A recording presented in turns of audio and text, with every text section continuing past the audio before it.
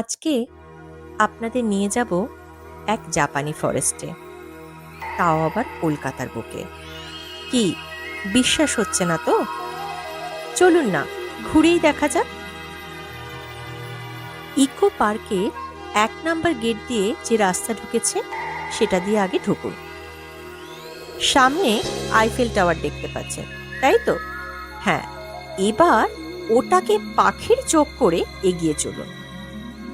দেখতে পাবেন eco park থানা, আর তার ঠিক ডান দিকের গেট দিয়ে ঢুকে পড়ুন ইকো পার্কের ভিতর।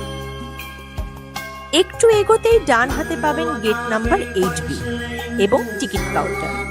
তাহলে আর দেরি কেন, টিকিট কেটে ফেলুন। জনপ্রতি ভাড়া হচ্ছে 30 টাকা।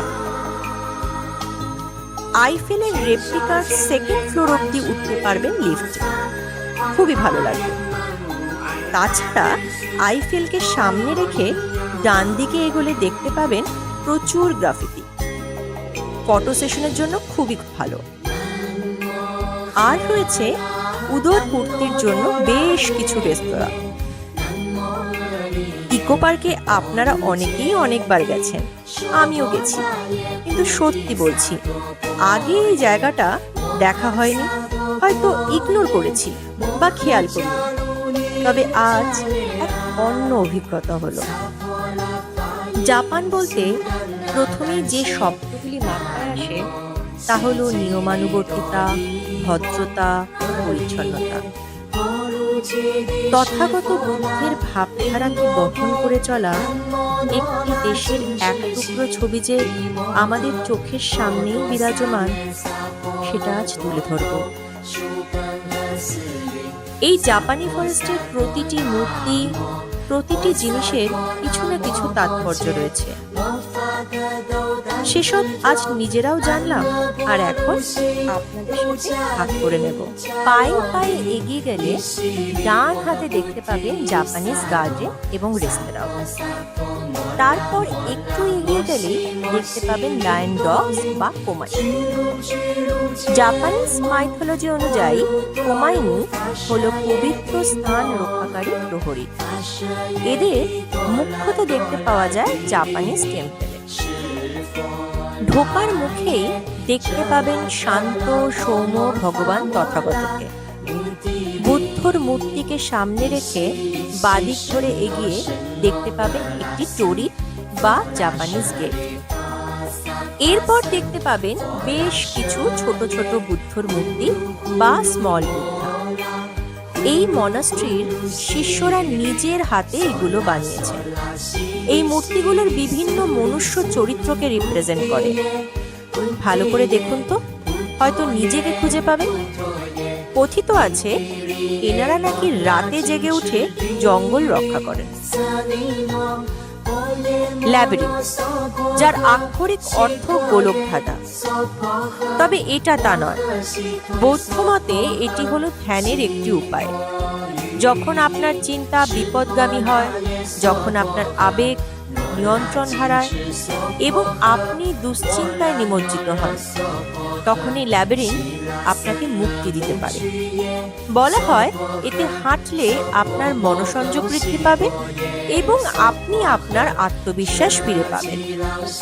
এর আরো একটি অর্থ আছে, জীবনে সোজা পথে এগিয়ে চলো, পিছনে তাকিয়ে দুঃখ করো না, সব ভুলে সামনের দিকে এগিয়ে যাও, তাহলেই পাবে মুক্তি।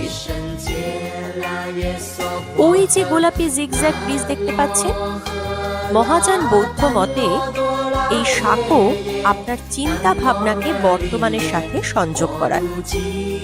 সাঁকোর কাছে যে 7টি পদ্ম দেখতে পাচ্ছেন, এই 7টি পদ্ম হলো সমৃদ্ধির প্রতীক। এই যে সুন্দর প্রাকৃতিক দৃশ্যটি আপনি দেখতে পাচ্ছেন, এটি হলো প্যাগোডার মূল প্রবেশদ্বার। কথিত আছে দ্বিতীয় বিশ্বযুদ্ধের সময় এক মহাযান বৌদ্ধ ধর্মাবলম্বী কলকাতায় আসেন বৌদ্ধ ধর্ম প্রচারের জন্য। তিনি নাকি কলকাতাতেই দেহত্যাগ করেন। আজ যেখানে ইকো পার্ক, সেখানে ওনাকে সমাধিস্থ করা হয়। ইকো পার্ক তৈরির সময় এই সমাধি খুঁজে পাওয়া যায় এবং সেখানেই তৈরি হয়েছে আজকের এই প্যাগোডা।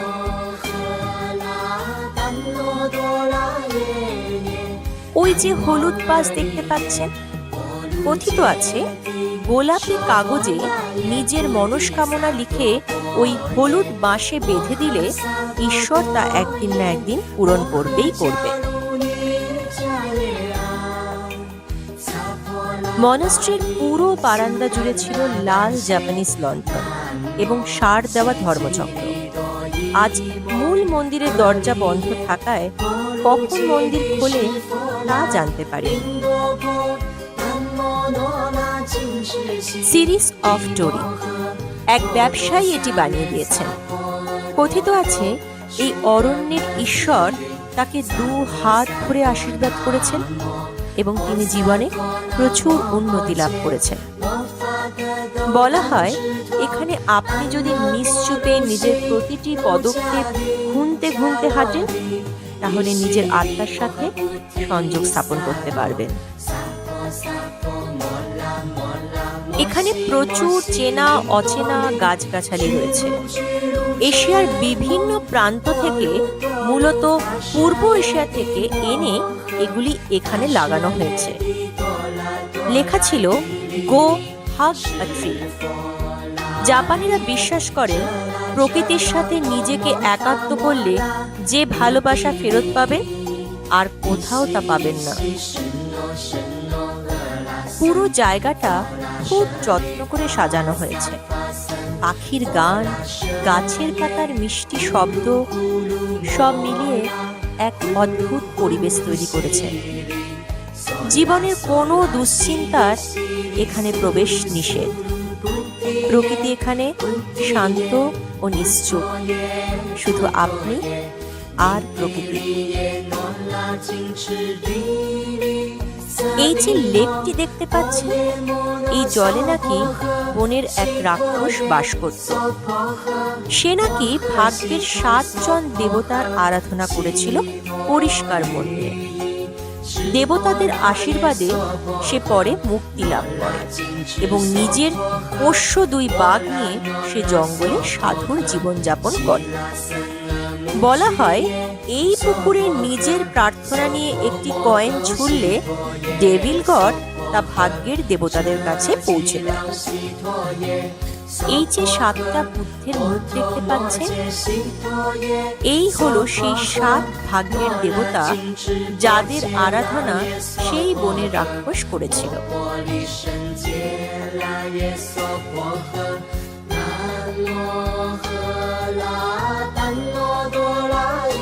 এটা হলো মুন গেট। এই গেটটি আমাদের জীবন চক্রের প্রতীক। প্রতিপদের চাঁদ থেকে পূর্ণিমার চাঁদ, ছোট থেকে বড় হওয়া, আবার ফিরে আসা, সবই যেন এখানে চক্রাকারে পরিভ্রমণ করছে। এখানে পুনর্জন্মের কথাও বলা হয়েছে। সামনে যে হলুদ বাঁশের টুকরোগুলো পোতা আছে সেগুলোকে বলা হয় ব্যাম্বু লাইটস। এরা মানুষের সাথে মহাশূন্যের সংযোগ স্থাপন করে। জাপানের একটি ছোট্ট জনপদ টাকেটা, সেখানে চিকু রাকু উৎসবের একটি অঙ্গ হলো এই ব্যাম্বু লাইটস।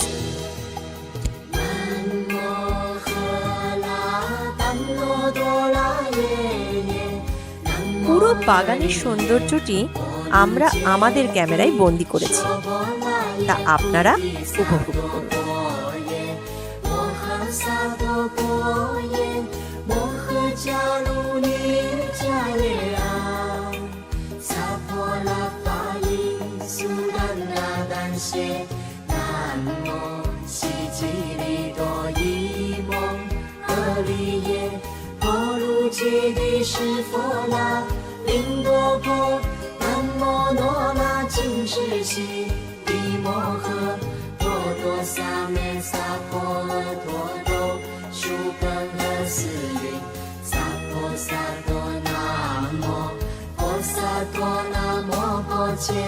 魔法的斗胆之托，安乐波鲁西鲁迦利迦罗利，伊西里摩诃菩提萨埵，萨婆萨婆摩拉摩拉摩西摩西林多云，居鲁居鲁揭蒙，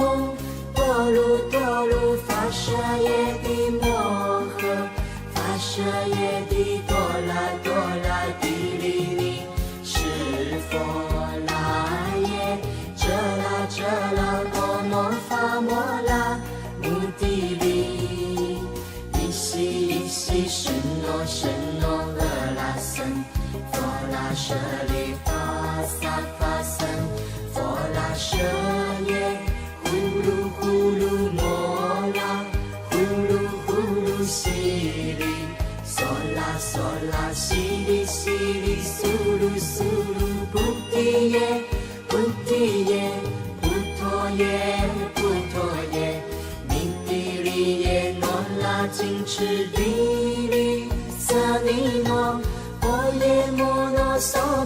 বেরোনোর মুখে যে রেস্টুরেন্টটি দেখতে পাচ্ছেন, এই রেস্টুরেন্টের কথা সবার প্রথমে বলেছিলাম।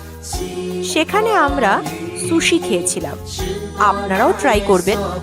খাওয়া দাওয়া একদম বাজেট ফ্রেন্ডলি।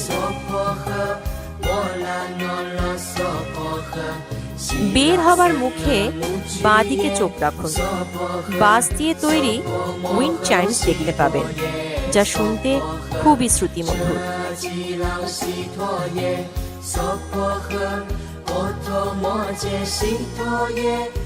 আজ এখানেই শেষ করি। আবার আসবো নতুন বেড়ানোর গল্প নিয়ে।